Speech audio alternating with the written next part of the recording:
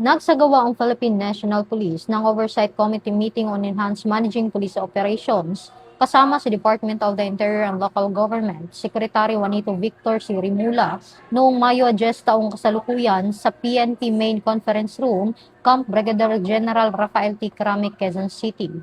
Dumalo ng personal sa pulong ang mga miyembro ng command group, directorial staff, NSU directors at CRPO district directors, habang virtual namang nakisa ang mga regional directors, city directors, provincial directors at chiefs of police mula sa iba't ibang panig ng bansa.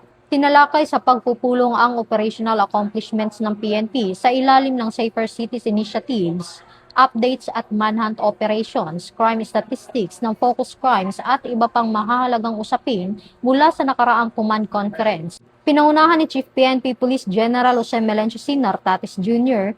kasama ang iba pang senior officials ang pagpapatibay ng commitment ng organisasyon sa mas epesyente, koordinado at responsive na police operation sa buong bansa. Ito ang bagong PNP para sa bagong Pilipinas, serbisyong mabilis, tapat at nararamdaman.